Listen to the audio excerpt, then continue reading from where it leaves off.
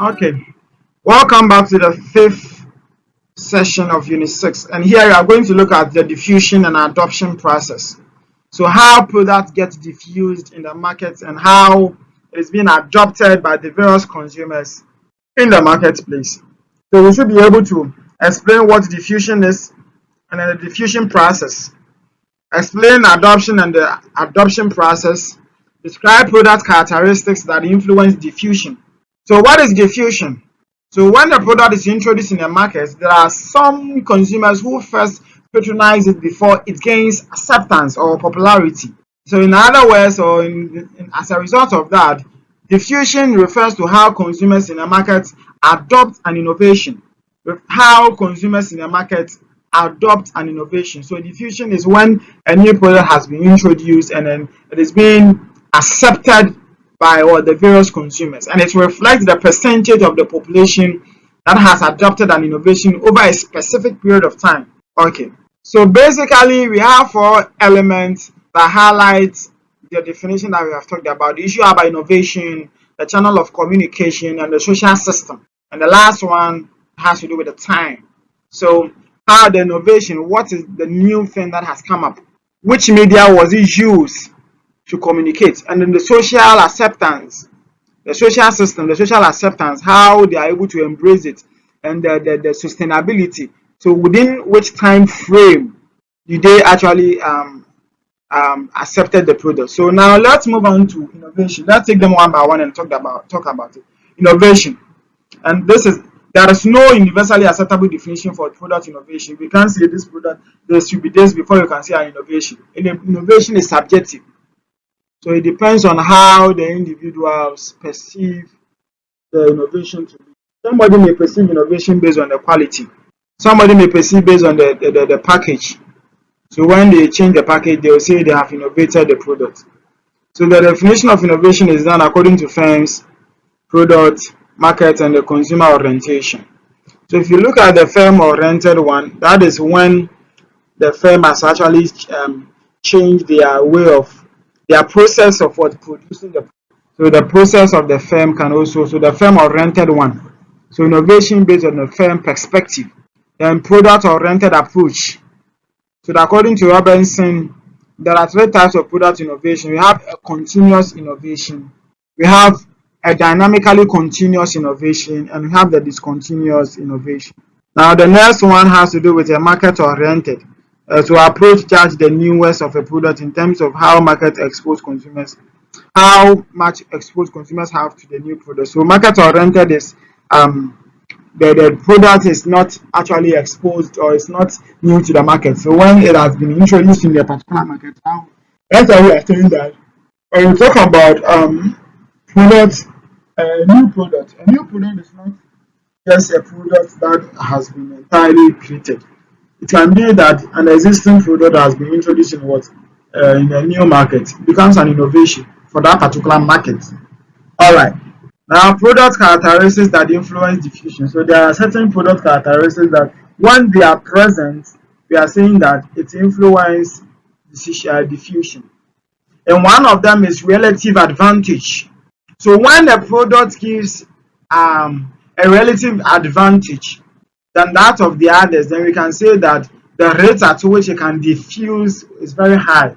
But we have a product in the market, there's a new introduction of another product, and then the relative advantage, there's no difference between what has been introduced and what you are already having.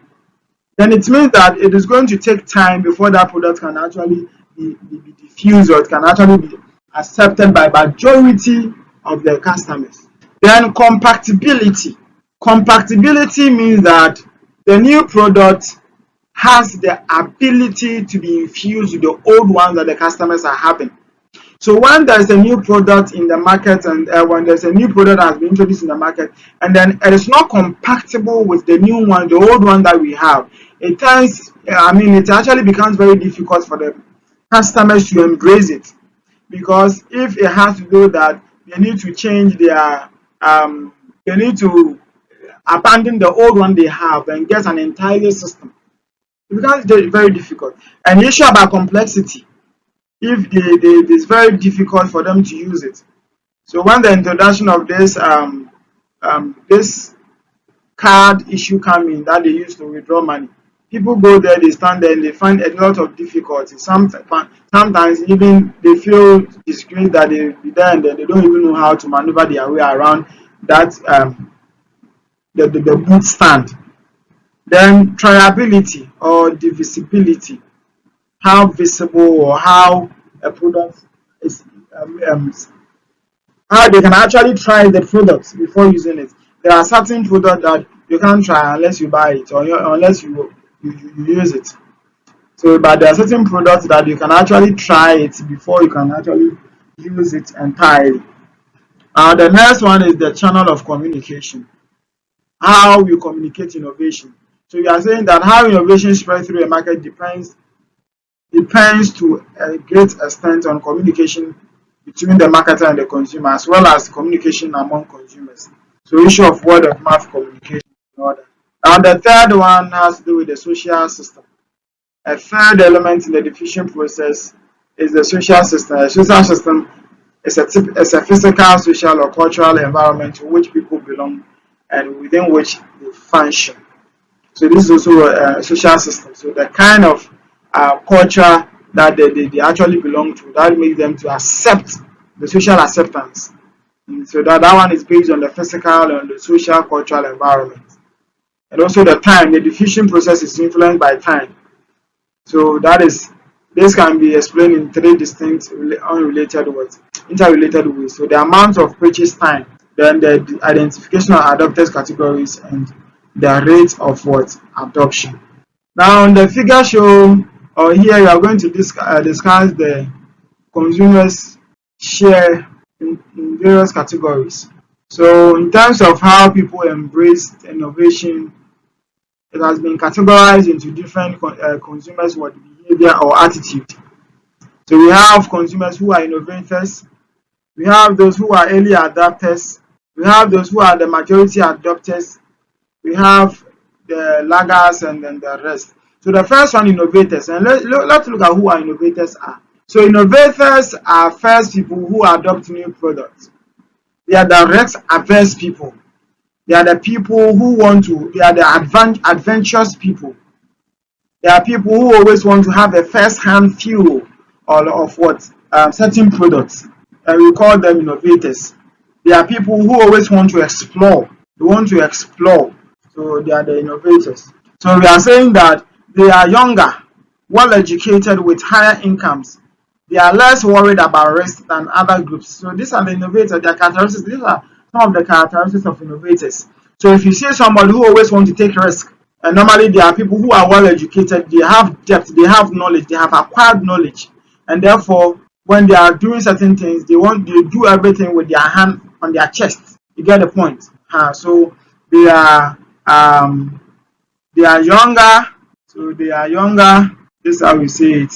That they are people who are younger. They are well educated. They have higher income. Because if you don't have higher income, you can't embrace certain new changes. Then we have the early adopters. The early adopters. So these early adopters are the people that follow the innovators. So when these people have embraced this, they have used it, they have had a handful of it and all that. And these early adopters, they are the people who rushed to also want to have they want to have a feel of it. So they admire the technologically new products, not so much for its feature as for its ability to create a revolutionary breakthrough in the way things are normally what accomplished. So these are the early adopters.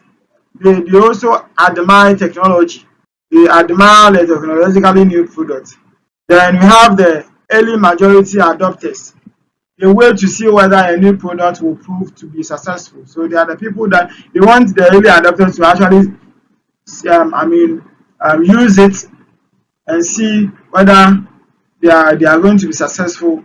So if they see that okay, they can actually use it and all that, it is safe and all that, they can actually they also move towards also use it. And normally these people they seek opinion from opinion leaders because they want to be sure of whatever they are going. Then we have the late majority. And they are the people that mostly they are very skeptical about new things, new products. They are so furious and curious and all that. They don't want to go in for certain things, and they have always a second thought about anything new, because they think that as they are going to buy, they are exposing themselves to different types of risk in terms of what do you call it, financial risk or physical or whatever form of risk. Therefore, they don't like to embrace what new products. Then the laggers, they dislike change. These are the old timers people. They always want to go do things in their old style or their old way. These are the laggers. Now, the adoption process. So before a product will be adopted and be used by consumers, they are saying that it goes through a process. The first one is awareness, because the person needs to be aware. If the person is not aware of the product, how can the person actually adopt it? So the adoption process, first there should be awareness, and that awareness will generate an interest. And after getting interest, consumers will want to evaluate its evaluation. And after evaluation, they want to try. And after trying, then it's either they adopt it or they reject. Okay, thank you very much. So this is the end of the session. The session was all about the fusion process and then the adoption process. Thank you very much.